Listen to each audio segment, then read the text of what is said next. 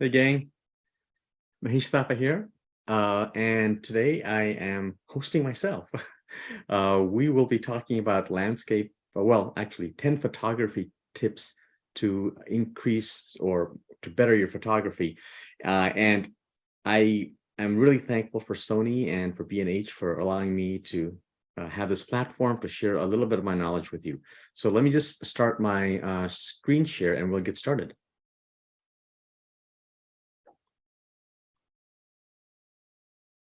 Okay. So 10 essential tips to level up your photography.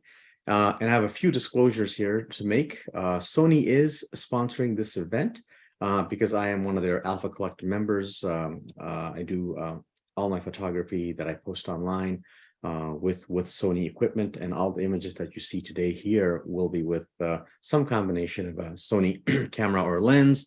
And it may be a single lens reflex camera, it may be a mirrorless, it may even be a Xperia phone, APS-C, full frame, what have you. Sorry, I just want to jump in. We see your presenter view. Oh, I'm sorry. How's that? Perfect. All right, sorry. Yeah.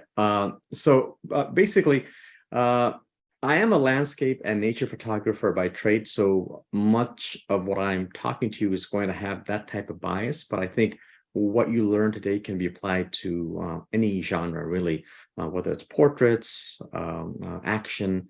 These are fundamental rules that I think can be followed by any type of photographer or creator for that matter.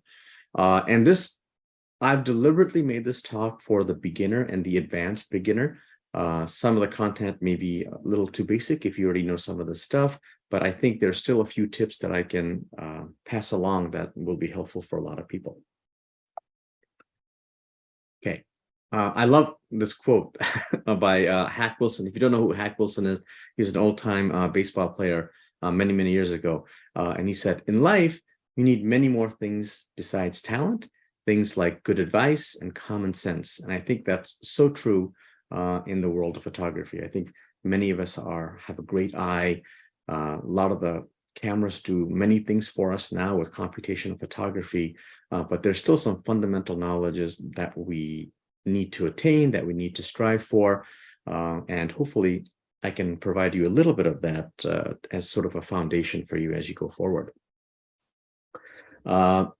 These are the 10 tips I'm going to break down. There's going to be 3 tips on composition, and this is probably the most basic portion of the talk, and then we'll build up to that. 3, some camera setting tips that I think will be very, very helpful to you no matter what kind of camera you're using, and 3 accessory tips that I use all the time that I think will help you, will make your life a little easier as far as being a photographer. And finally, 1 tip about black and white photography. I think the black and white photography genre gets lost a little bit. It gets forgotten. And I have 1 really great tip that will hopefully help you and help you experiment with black and white photography and look at the world in a way where you can say to yourself, would this work better as a black and white image or not? Okay. So composition tips. Number 1. Basically, this is the rule of thirds. I think many of you have heard of this rule of thirds, but it's hard to apply it sometimes because you come to this great scene and you just want to take it in and you sort of forget this. But as you apply this rule, I think it'll become second nature. And basically it says that, if you divide your scene up into thirds, whether it's horizontally or vertically, try to place your main subject at one of the intersection points of those grid lines with the rule of thirds. So for example, in this picture, my main focus of this is the lighthouse. Yes, you've got the beautiful Olympics in the background and you've got that bird flying, which is also sort of in the upper right-hand corner. But my main focus is the lighthouse, and I've sort of strategically put that in the lower left-hand side in that rule of third area. And also, if you look at the image in general and divide it into thirds, you notice that the horizon line, which is basically where the water meets the land, is also towards the lower 1/3ish. It's not directly smack dab in the middle. So the upper third is occupied by the sky and the bird, the middle third mainly by the mountains and a little bit of the trees, and the lower third by the lighthouse and the water. So, try to sort of keep that idea in mind. A couple of more examples. Here's a picture I took along the Olympic coast. This boy was sort of scrambling down from the cliffs, and the sun was just setting, and I sort of maneuvered myself. I had my 70-200 G Master lens, and I said, oh, this would be perfect. So I could have put the person directly in the center, but I thought this worked really well as sort of an off-center image with the lighthouse in the distance occupying the left side or the left third of the image, a little empty space in the middle. And it's almost like this boy is looking into this crystal ball as the sun is setting. And I love that rim light that's coming across. But this works so much better, I think, as a rule of third type of picture than had it just been centered.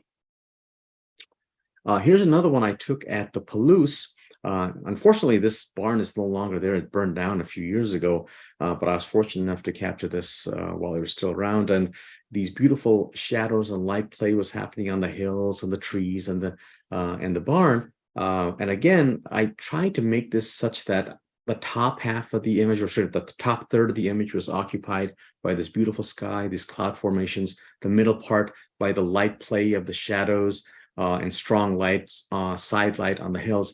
And the main subject, which I think is the main subject, the tree in the barn, is strategically placed in the lower third and the right third. It's not directly in the middle. The lighthouse, the barn is sort of to the left, to the right. And if you look at the shadow, now I could have put the barn on this side. I could have put it on the left side, but then the natural progression of light is from right to left, and the shadow falls towards the left side of the image. So if I had placed the barn in the left lower sort of third, then the beautiful shadows will fall out of the picture. And that compositionally is not as harmonious, I think, as where it's placed right now, where we can actually see the long shadows sort of draping across the left side of the image. So yes, think about the rule of thirds, but it does matter where in that third you place the image too. Something to think about. And Ansel Adams once said, he said, there are no good rules in photography. There's just good photography or good photographs. So, take what I say into mind and think about that. What I tell people is know the rules of photography, know the rules of composition, and then make a conscious decision to break those rules for certain situations if you want. Don't make it an accident. Don't let your composition be an accident. Make it deliberate, whether you decide to use the rules or not. This is sort of a corollary to the rule of thirds, and basically it says, and sort of what I've been talking about is, don't place the horizon directly at the center of the image. Right. This is a shot I took at Arches National Park several years ago. The sky was beautiful. The rock formations were silhouetted against that, and I could have easily have put this in the smack dab in the middle, and just it wouldn't have the same impact as it does right now, sort of the lower part with the horizon. The much more interesting part of the image, which is the sky, I think, is at the occupying most of the image. Here's another one I took in Death Valley many years ago. Actually, it's one of my first pictures. This image is almost 20 years old, but I still think compositionally it has the same impact. The top of the sky was sort of a boring gray, but there's a portion of the sky that was really interesting. These rain clouds that were coming down, and the light was coming from the right side. It was just lighting at the bottom, but it was also providing this beautiful light on the foreground, these salt formations. And in fact, these salt formations, they're not very tall, but the light was so low that it still cast quite long shadows. And again, it's going from right to left. This certainly would not have had the same impact, I don't think, had I put the horizon directly at the center of the image. So two notable exceptions, I think, for placing the horizon in the middle, where I think it's okay to put it in the middle. One is sort of the cityscape, because oftentimes tall buildings from cityscapes are poking into your sky. And even though the horizon is sort of in the middle, the buildings poke up to occupy about another 1/3 of that area. So really, if you think of this line as being the top of the pseudo horizon, if you will, you only have this much of the sky, which sort of again follows that 2/3 and 1/3 rule. But it's okay in this case to have in the center. Also, it helps that the sky is just as interesting as the foreground, where you have I-90 coming into to Seattle and these sort of light streaks that we have built up. And finally, reflections. I think reflections is a great place if you want to have it perfectly 50-50, because what's on the bottom is just as interesting as what's on the top. In fact, it's just a mirror image of what's on the top. So I think a center horizon on a shot like this really works well. Whether you want to do 2/3 or 1/3, that's fine too. But this is one of the, I think, the acceptable places to do a center composition. The next tip I have for you is, whenever possible, use leading lines or S-shaped curves to draw the viewer into the photograph. If you look at each one of these images, you can see that there's some kind of a line or a curve that leads you from the foreground into the background. Whether it's a little meandering stream that goes into a little puddle of water or a small lake, or it's railroad tracks that sort of go out into infinity, or it's the ridge line of where sand dunes meet. These are all great ways of drawing the viewer into the image. And as you sort of go out, take pictures, you'll see plenty of leading lines. And if you try to incorporate them, these curves and leading lines, you'll come up with, I think, much better images. And sometimes, you can compensate for the lack of light by looking at compositional elements, and that they really go hand in hand, but one can compensate for the other if you're lacking in one. Here's another example in Idaho. Had I put this leading line, for example, directly in the middle, that wouldn't have worked. And if you look, I am doing the rule of thirds, right? You've got top third being the sky and the mountains, the bottom third being the lake, the reflections, and the leading line coming from the right 1/3. Again, I don't have this log directly in the center pointing in. I actually have it slightly towards the right side, to the right 1/3, and it sort of leads my eyes into the scene. So we have a combination of both leading lines and rules of third on this image. Here's another one, leading line. This is the waterfall, Palouse Falls in eastern Washington.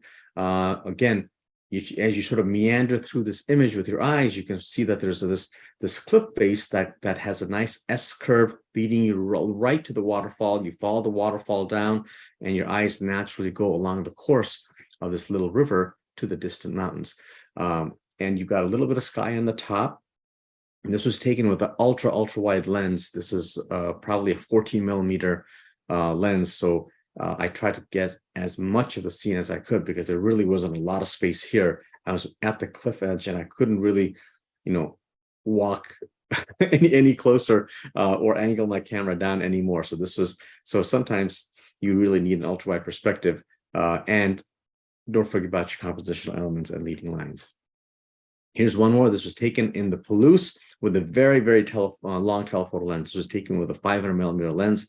I was standing up at Steptoe Butte, looking out into the distance, and the leading lines here are these little curves, where you have this sort of water irrigation system going through the wheat fields, and it looks like it goes right here to the tree. So the eyes really follow it. And if you look again, the rule of thirds is still maintained.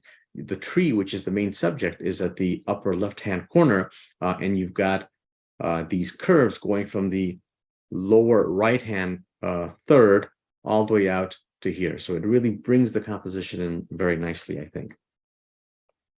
Similar type of picture in black and white. Now, these are leading lines, but this is a more quote-unquote centered composition, because this sort of farm here is centered. And you think, oh, here's the horizon. That kind of looks centered too. But if you notice, you actually have mountains here above the clouds. These are the Olympic Mountains in the distance, and they actually break up the image nicely into thirds. The top third is your interesting cloud formation. Your middle third is the farmland and the mountains. And down here, you've got those leading lines which works really well in black and white. And I'll sort of come to this black and white concept as the final tip.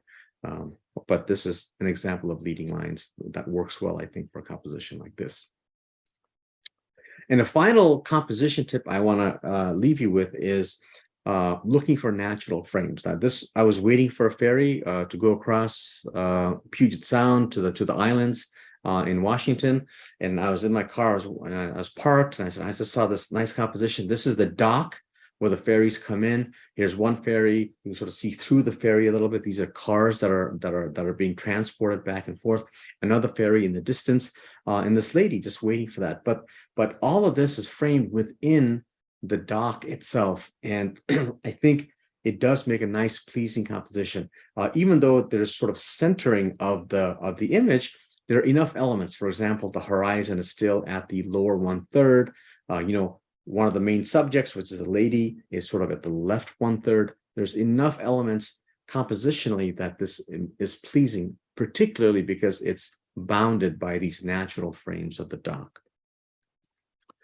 Here I was on the Oregon coast. There's sort of a low tide, and there's little caves that are over there. So I went deep inside a cave, again, used a very ultra wide angle lens so I could get the entire view of the cave to form this little to bracket, if you will, this rock formation.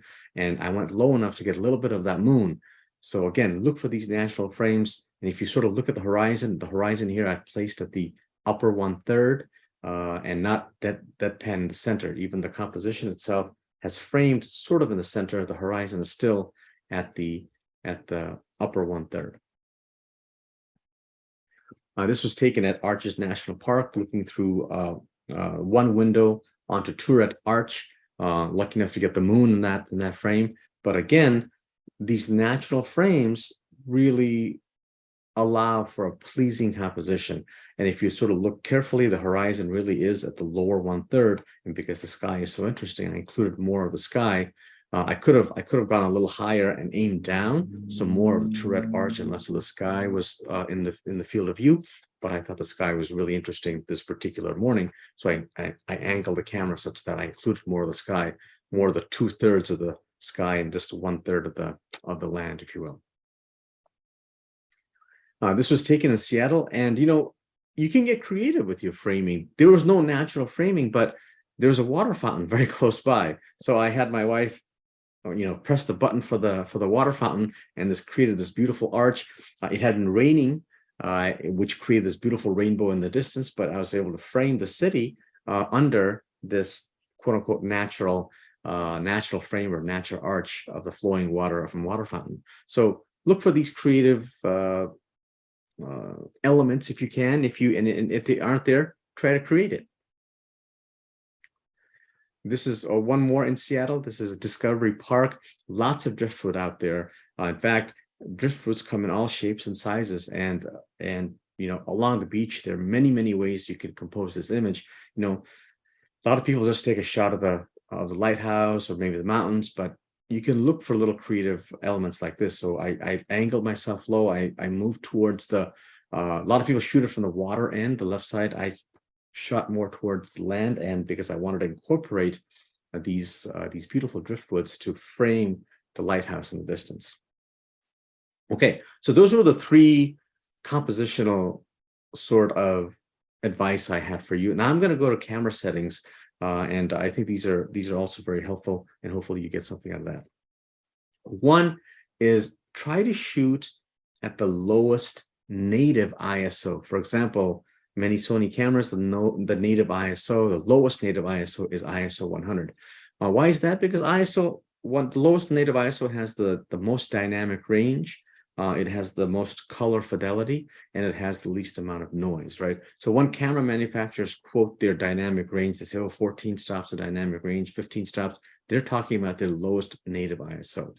There are also camera settings where you can go below the native ISO, like ISO 50 or ISO 64, but has a little L next to it. That is just a gimmick, in my opinion. What it basically does is it shoots it at, let's say you're choosing an ISO 50. So what it actually does is it shoots it at ISO 100, but then underexposes it by one stop in post-processing. So you actually lose a little bit of dynamic range in the highlights while sort of getting a little bit of nominally more increased dynamic range in the shadows. But this is no different than if you would have just shot this at ISO 100 and underexposed it yourself, or shot it at ISO 100 and overexposed it by one stop and then went to post-processing. So try to shoot it at the lowest ISO that you can, staying within the constraints of shutter speed, right? If your ISO is low, but the shutter speed isn't high enough, and you get blurry images, then you may have to bump up that ISO. But I'm using a tripod almost all the time, so I never really worry about shutter speed being too long because I'm often on a tripod, and I want to maintain the greatest dynamic range, the most color fidelity, and the least noise possible. And that happens at the lowest native ISO. Get familiar with the histogram. If you're not used to using a histogram, look into it. And it could be very valuable, because oftentimes when we're looking through the viewfinder or looking at the LCD screen, it's hard to judge the overall exposure or brightness depending on what kind of scene we're in. If we're in a very brightly lit area, it may look a little washed out, but the histogram doesn't lie, right? Histogram, no matter what lighting conditions you're looking at your images, under what condition, is always going to show the proper exposure or what the exposure of the image is. And try to make that histogram so that it's a relatively even distribution of the curve between the very dark areas and very bright areas. Let's say you take a picture, and everything is bunched up to the left, or everything is bunched up to the right. That may not be what you want. I mean, it may be depending on the effect you're going for, but usually you want a nice normal appearance of that normogram, of that histogram. And then if you have that normogram, you can later in post-processing make it look however you want. You can crush the shadows, you can increase the highlights, you can have a low-key, high-key type of image, but all the data is there for you to work with. By having a nice normal histogram. Then you can be creative with it later on post-processing if you wish. So get familiar with the histogram, turn it on. A lot of people just have it turned off. There's a histogram for colors, for red, green, and blue, and there's a histogram for the total overall brightness. Try to use all four type of histograms if you can. The color ones tells you which colors are being clipped or not. And the brightness one tells you if it's overexposed or underexposed. So try to look at all those if you can, and learn from it. And the third tip I have is to try to use those custom dials. So oftentimes in many cameras, Sony included, there's these little custom dials that are usually labeled 1, 2, or 3, and you may just have one custom dial. I don't know. So what I typically do is, if I only have one custom dial, I make sure it's the custom dial that I can just turn the camera to so that I can capture fast action stuff. My son running around, or a bird flying back, which means a high shutter speed, auto ISO to maintain that high shutter speed, and the widest aperture possible to let in as much light as possible. So that's custom setting number one, for example, because let's say I'm shooting a landscape scene where I have ISO at 100, aperture, f8, f11, the shutter speed is like 2 seconds, 3 seconds.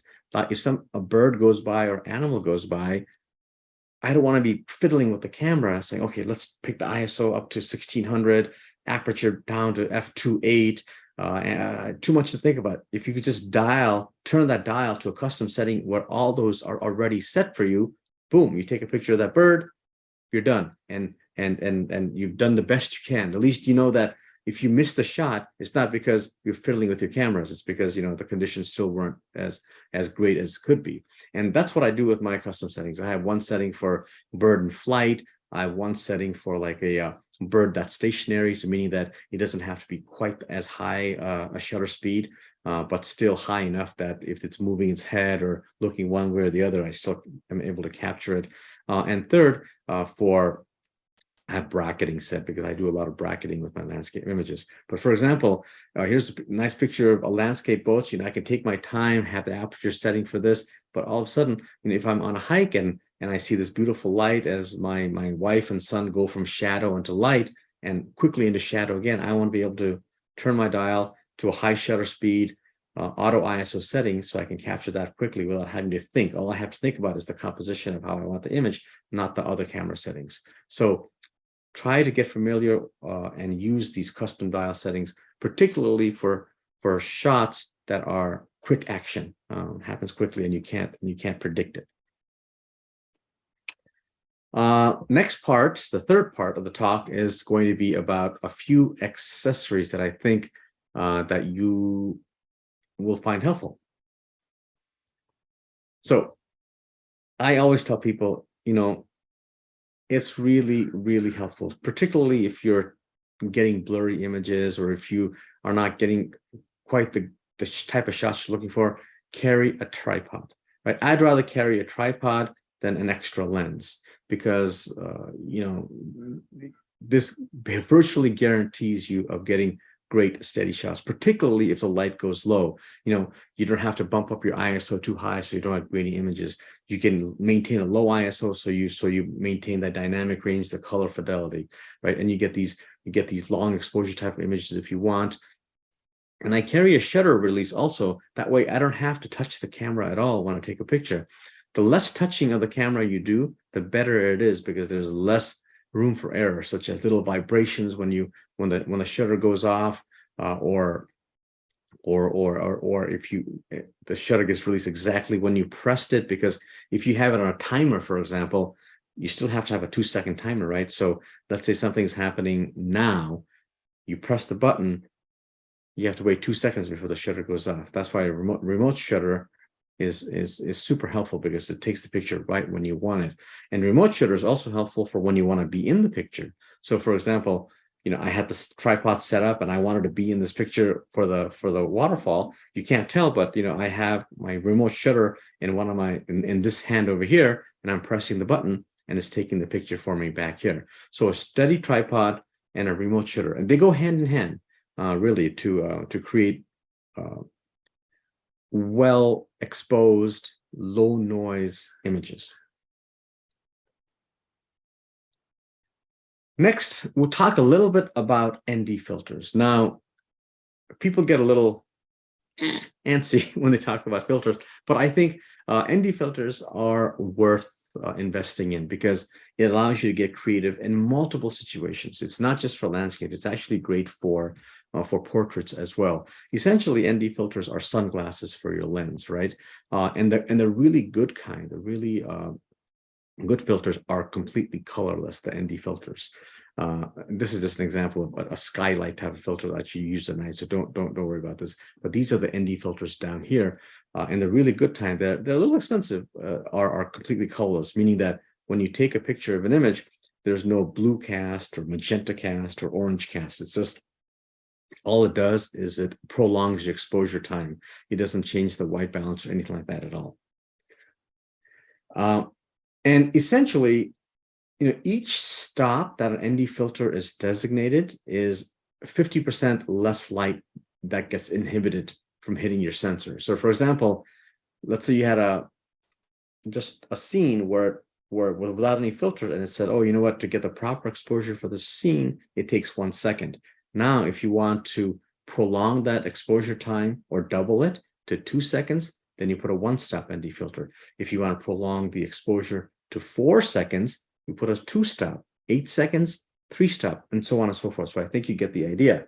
So as you can imagine, let's say you want to take a nice picture of a waterfall with a silky appearance and it's too bright out, then you put an ND filter on, right? Or let's say you want to have these beautiful effects on the cloud where they look like they're moving and they're sort of blurred out. You put an ND filter on. That's what in landscape wise, that's what it's good for.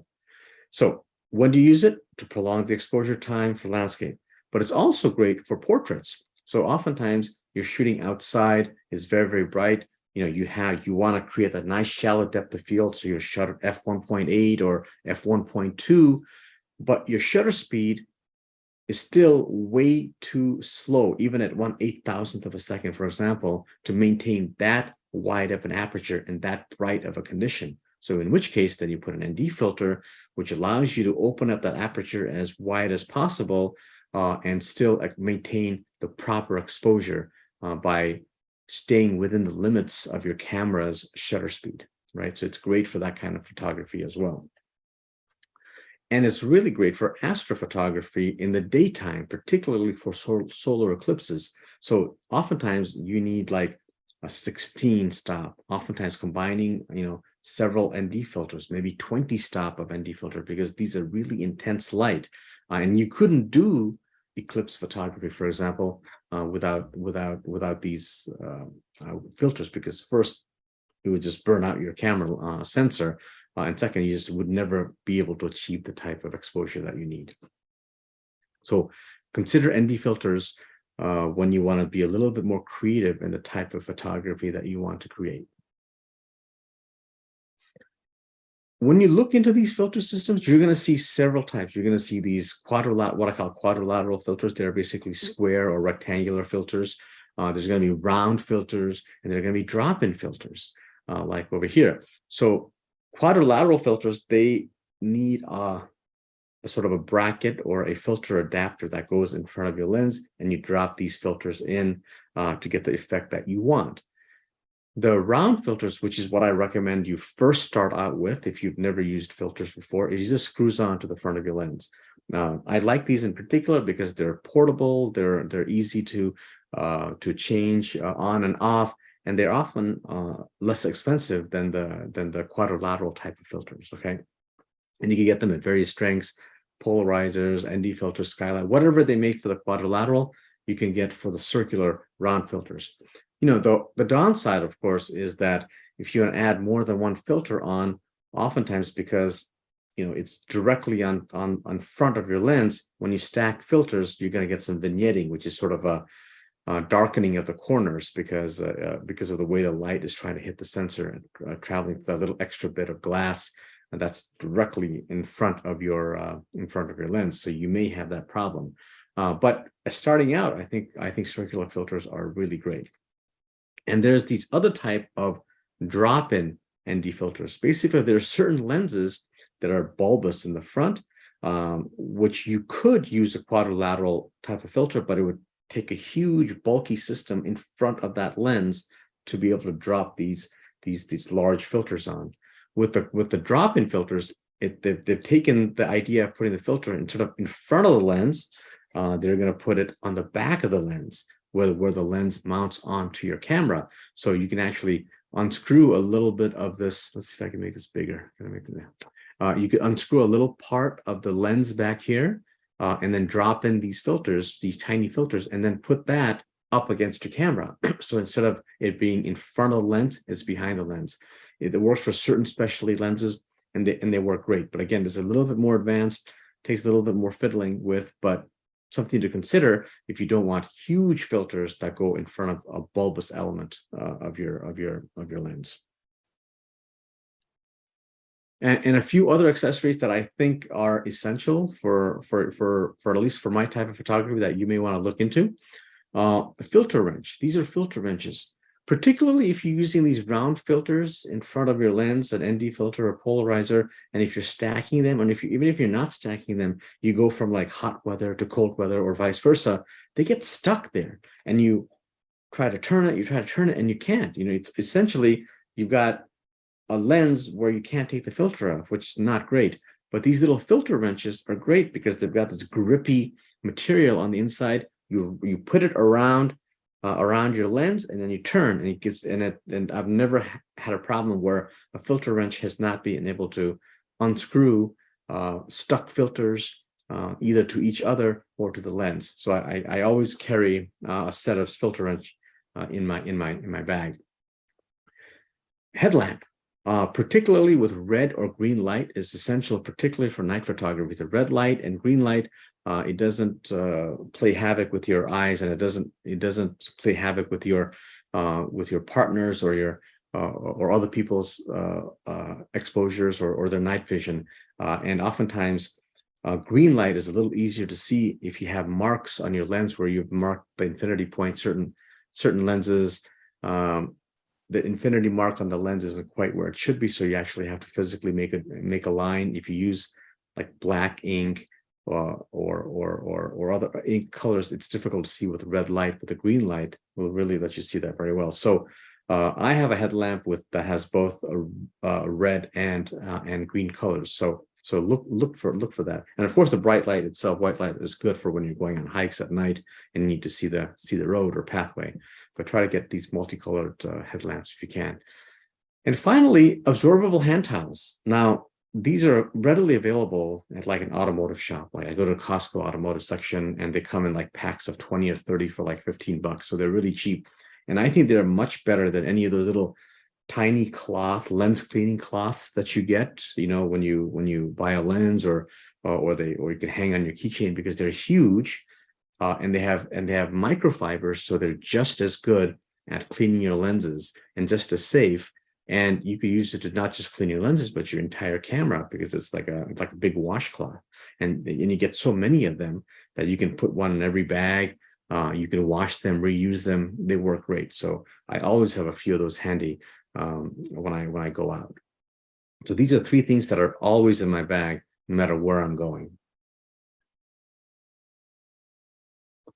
And finally, the last tip is about black and white photography. Just to get you thinking, if you haven't done a lot of it, is it worth doing? How do I decide whether something's going to be good in black and white or not? So here is an image. This was taken in the Japanese garden in Portland. This monk was walking by, and let me show you the color image. Not to say that one image is better than the other, but just to get you thinking about black and white images, particularly with various color filters. So here is just the conventional color image that I took, and I just converted to black and white. I just said, okay, monochrome it, make everything just take all the color out without any emphasis on any of the colors, right? And it sort of has this drab look to it. There's really no separation of any of the elements. Sort of the monk kind of blends in with the trees, and it's hard to tell, the bridge really stands out. So this is just a simple conversion. Now, this is a simple conversion, no filter on the left. This is with a green filter. So now I'm not actually putting a green piece of glass in front of the lens. That's not what's happening. What I'm doing is in Photoshop or Lightroom, and you could sort of look into this in YouTube. It's very easy. You can emphasize how each of the colors are being treated when it gets converted to black and white.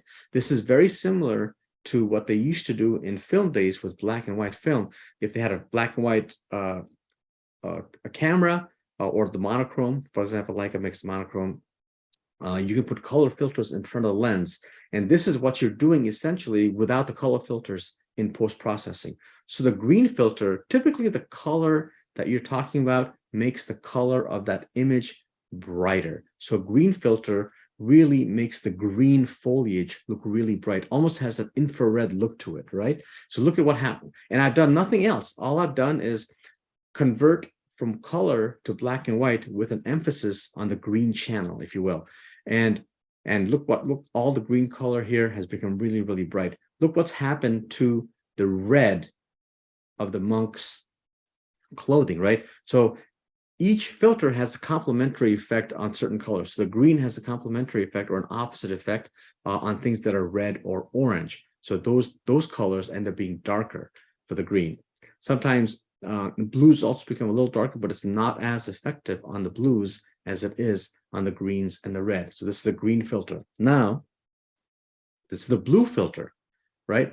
The blue made the greens like almost completely dark, right? And it made the red very dark also. Again, here's the green filter and here's the blue filter. I mean, such a dramatic difference between which one you ended up using.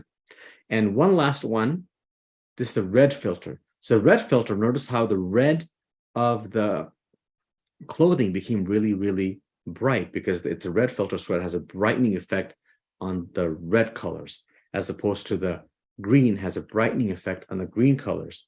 And the blue has a brightening effect on the blue colors, because if you look back on the color image, there's a little bit of blueness in that bridge, right? So when you put a blue filter, that bridge really pops out as a blue color. So when you're looking at color images and you think, would this be great in black and white? Look at what predominant color there may be, and then think, this is going to be really light when I convert this, or this is going to be really dark when I convert this. So that's something to think about as you play around with the idea of making black and white images. I'm going to give you one more example. That's a landscape. So here's sort of the composite of all the images. Here's the color image. This is the image on the left with just a simple monochrome grayscale conversion. This is with blue conversion at the upper left. This is with green conversion on the lower right, and this is with red conversion on the upper right. So you can see, depending on which color you want to emphasize, it really has a dramatic effect and changes the mood of the image. So one more example for you. So this is a picture I took at the Palouse. You've got this beautiful blue sky with some charismatic clouds. You've got green hills, yellow wheat fields, some warm light on it. So if I just took that and converted into a simple monochrome image without any emphasis on the colors, you get an image that looks like this, which is, I think, nice. It's still nice, but it's not as dramatic maybe as you might want it. So that as the reference, no filter. Here's the one with the green filter. And if you notice, some of the wheat fields are a little bit brighter, but the green part, see, remember this part is a greener than this part. So that part becomes lighter than the regular conversion because the green makes green brighter, but there's not so much green in it that it becomes completely white, because a lot of it's still yellow, has some yellow light to it. It really has not much effect on the sky at all, right? So, and it has minimal effect because there isn't a predominant bright green color like we had in the foliage of the Japanese garden. So the green color, it makes everything lighter, but not as dramatic. Now, take a look at the blue filter, right? Blue has the exact opposite effect. Remember the blue in the sky, it actually made it lighter. It made it light because it converts the same color into a lighter shade. Here, because this is a non-blue emphasis, blue emphasis, but look what I did to the green and the yellows. I mean, it's just completely dark. And because there's a little bit of blueness in that barn or that shed, it maintains its relative brightness. In fact, it's a little bit brighter than it was in a conversion without any filters. So now, here's a red filter.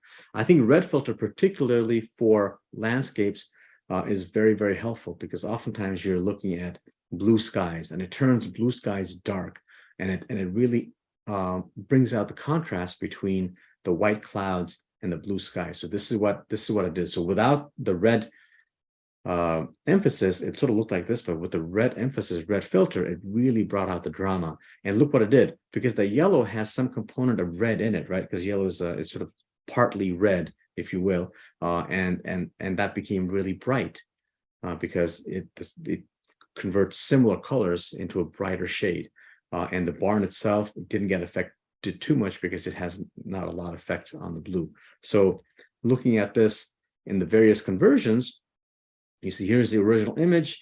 The simple no emphasis black and white conversion gave you something like this. Something with a blue filter made the sky brighter, but the yellows and the greens really dark, which is over here. The red filter made the sky really nice and dark, made the yellows really bright because it has some red in it, right? And finally, the green filter made the green grass at least a little bit brighter, but really didn't have much effect on the sky or the barn. So the trick with black and white photography, I think, is to emphasize how some of the scenes may look in your mind before you take it, and say, okay, you know what, this is a very bright scene. I have a lot of blue sky.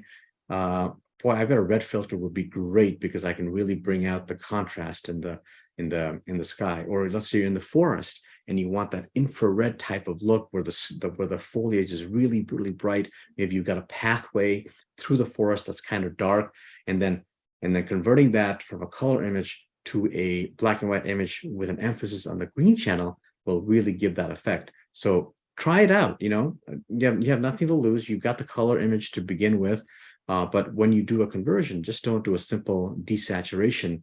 Try to do it with this emphasis. Again, I just don't have the time to go through every little step of how you do that, but there's a lot of stuff on YouTube, and it's just a simple slider that you're using when you convert black and color images to black and white. It's called a channel mixer in Photoshop, and it's just color sliders on in Lightroom, but it's worth checking out if you're interested in this type of photography.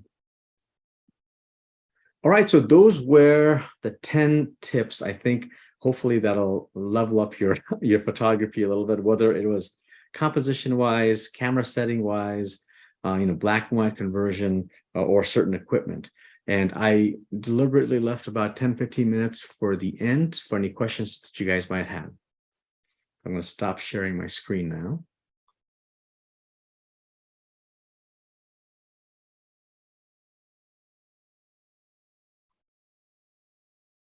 How are we doing?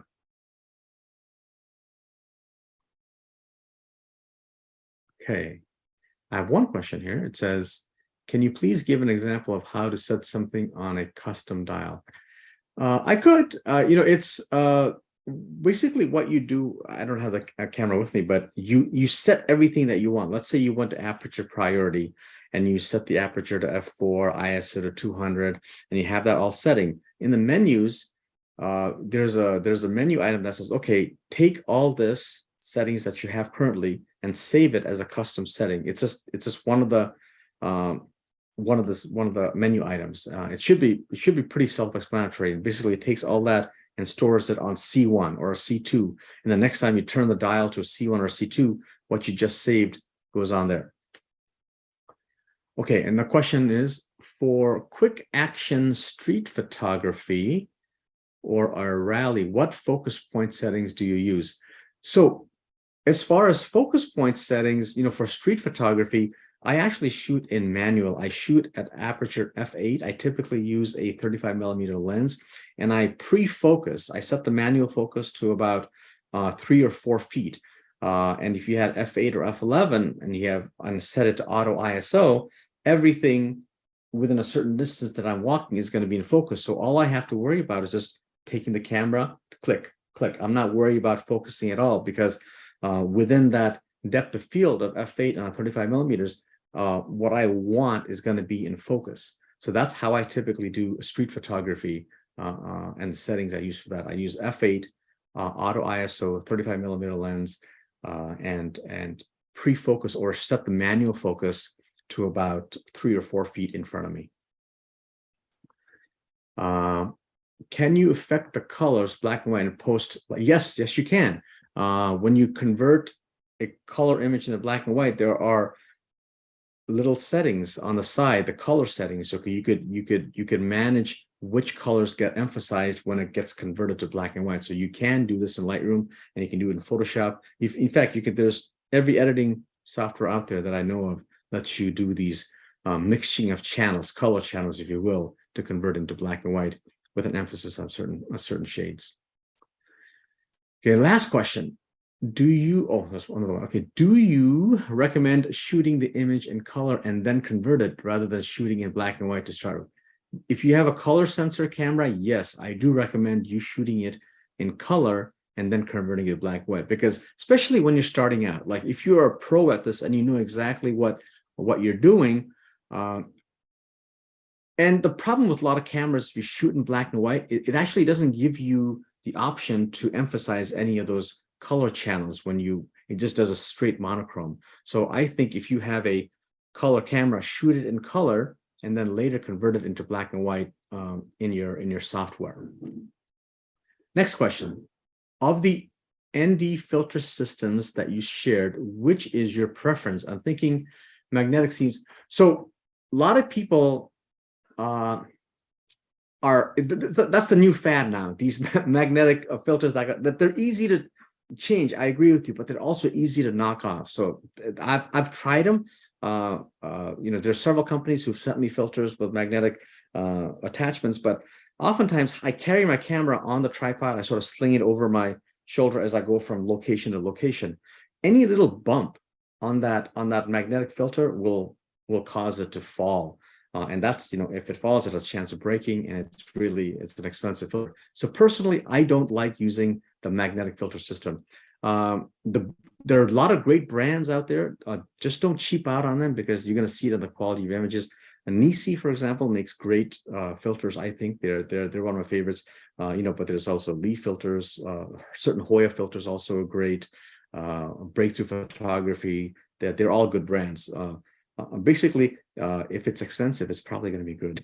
But the cheap ones, they often have a color cast to it.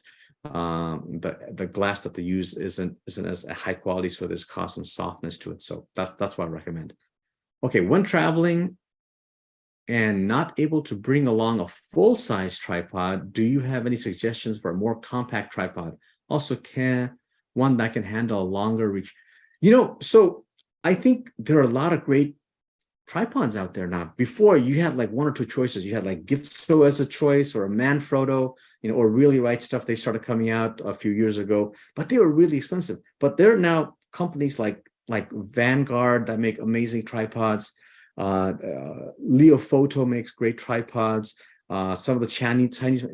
And what I recommend is going carbon fiber. Oftentimes the carbon fibers are a lot lighter, but they're also a lot sturdier. There's a lot less flex to them. So pound for pound, carbon fiber provides a nice ratio of stability to weight. As far as a travel tripod, I'll show you the one I recommend. Well, I thought this one. It's this one. Like I haven't had it with me. It's the Leofoto Ranger LS255 CEX. Again, that's just the one that I happen to have with me right now. Let me get my face out of the way here so it locks out. Yeah.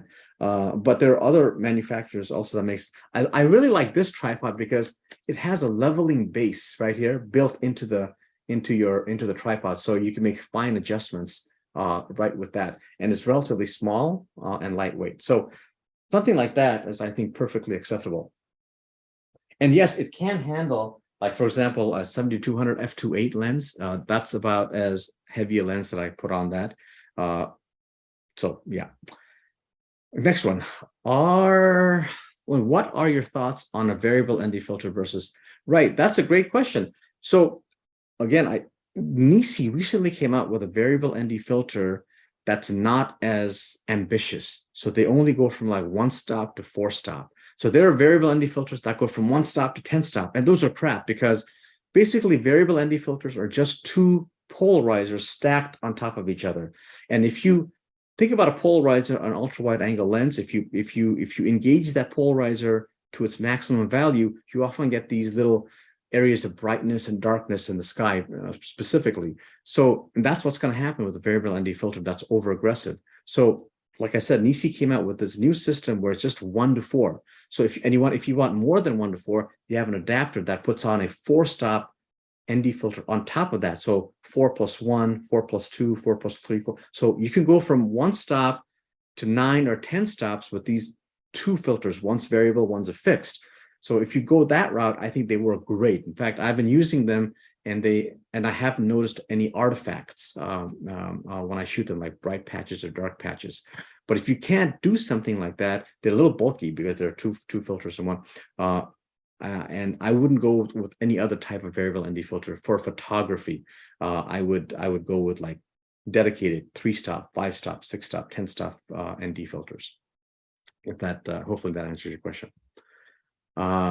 I was surprised that you got the water fountain spout and water and that Seattle skyline in focus. Were you f8 in the shot? So that's a good. So this was actually shot with a long lens. So I stepped way far back. So the further back you go, the less difference that the camera sees between something that's far away and something that's very far away. So the focus plane wasn't actually that big of a difference between that. So I was pretty far away. If you look at it, it looks like a very compressed image. So in that case, I actually shot that at f16. It was probably shot with a 300 millimeter lens. So I was actually able to get both of them in focus. Paul says, I often experience dust spots on my images when working in post-processing. So irritating. Couldn't agree with you more. What do you use to reduce these issues on your lenses? So the dust spots is actually on your sensor. It's not on your lens. So you probably need to clean your sensor if you see a lot of dust spots. Whether you do that, have it sent back professionally, or you get a kit to clean it, it's up to you. So yeah, if you're seeing, and oftentimes you see these dust spots when you're at at a smaller aperture like f8, f11, f16. The wider the aperture, f2.8, f4, the less likely you're going to see these dust spots because the focus plane is so narrow that it's not gonna show these dust spots in your sensor. Yeah, so have your sensor cleaned. It's probably not your lens. And second, it really gets emphasized on a narrow aperture type of setting like f8, f11, f16. Another question from Kim. It says, how long do you scout a location before finding the spot you like for the best composition? Well, it depends on the place. Oftentimes it's not a question of scouting at once. Like I'll find a spot, but I'll have to go there multiple times, 4, 5, 6 times until the light is right, the conditions are right. So one is scouting the area, and second is once you found the area, going there multiple times until you're satisfied with what you get. Of course, being what I do, I have the luxury of some of that time to go there and do that. And I think I also realized that you're going to go to a place and you're going to see a bunch of people taking the same image. That's fine. That's reason it's iconic because everybody takes a picture, but try to find a different perspective. Try to compose it so that maybe you're looking through one element into the other. I think that's a little bit more challenging and oftentimes more fun and more satisfying when you come home and you got this great image that is from a location that everybody shoots, but has a slightly different perspective to it that makes it your own.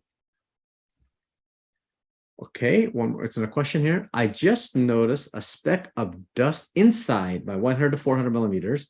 Would that speck show up? Almost no.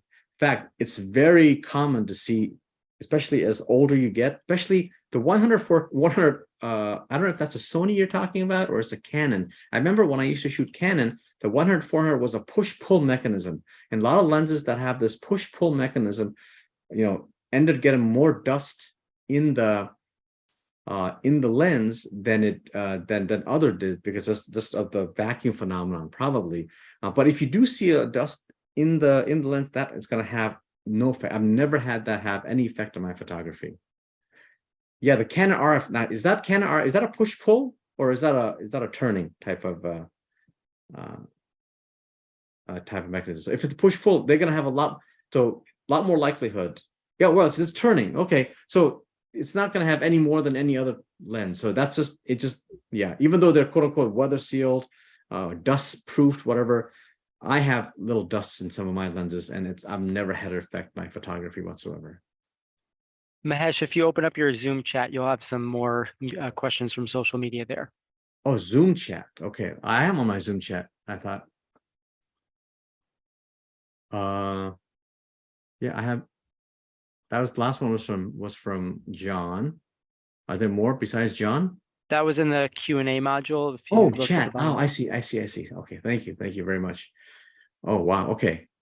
Should I start from the bottom or the top? Whatever you please. I'll go from the bottom. Okay. It says, Judith says, what iPhone app can you use instead of buying a remote? Yeah, so oftentimes each manufacturer has their own app. Like Sony has their own app, Fuji has their own app, Leica has their own app. You can use that app, often has a remote shutter function. So the downside of using the app to do the remote function is one, you have to wait for the app to load and to connect to your camera, whether it's via Bluetooth or Wi-Fi, and that can take a little bit of time. And oftentimes the range between your camera and your phone isn't as great as a dedicated, like a Bluetooth or infrared type of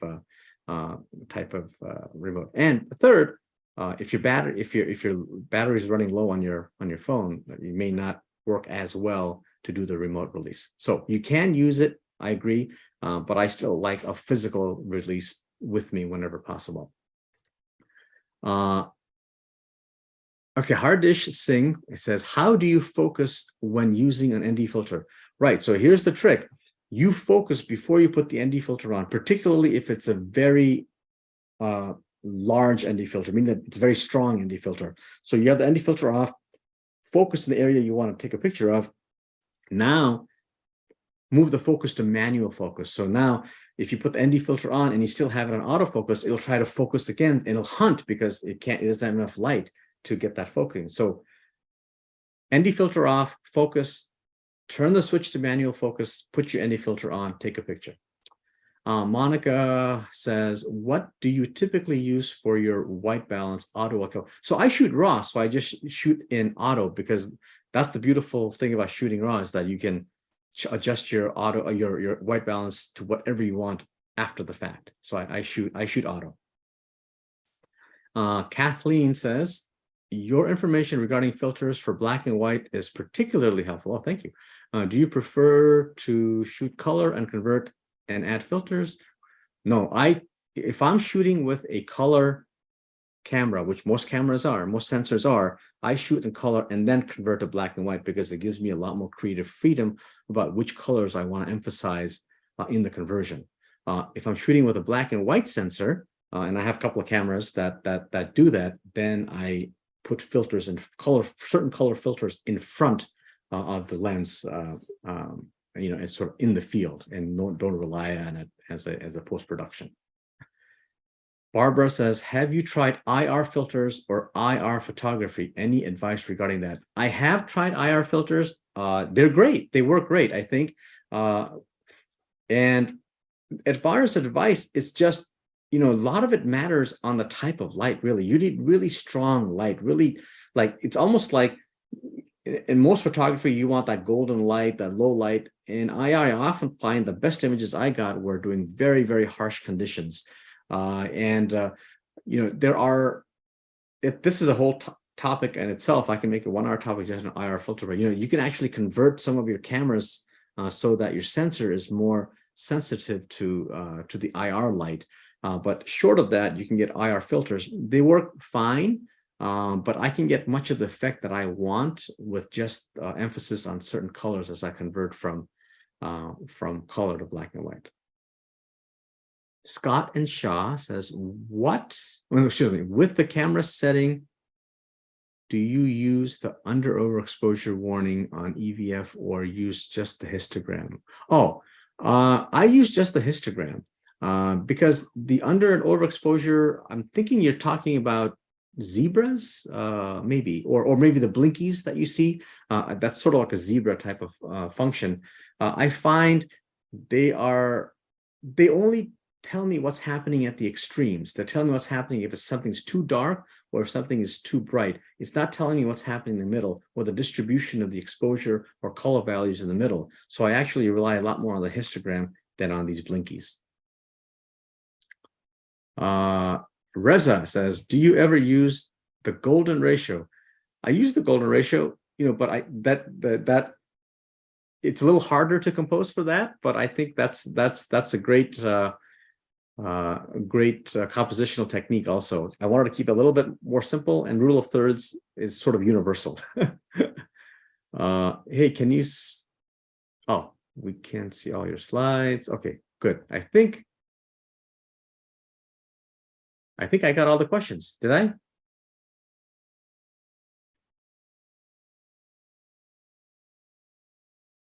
Perfect. Well, I'm glad we had so much discussion on this. It's more than I usually get or expect. So I'm glad that this was helpful for you guys. And thanks a lot for inviting me, B&H and Sony for sponsoring the event.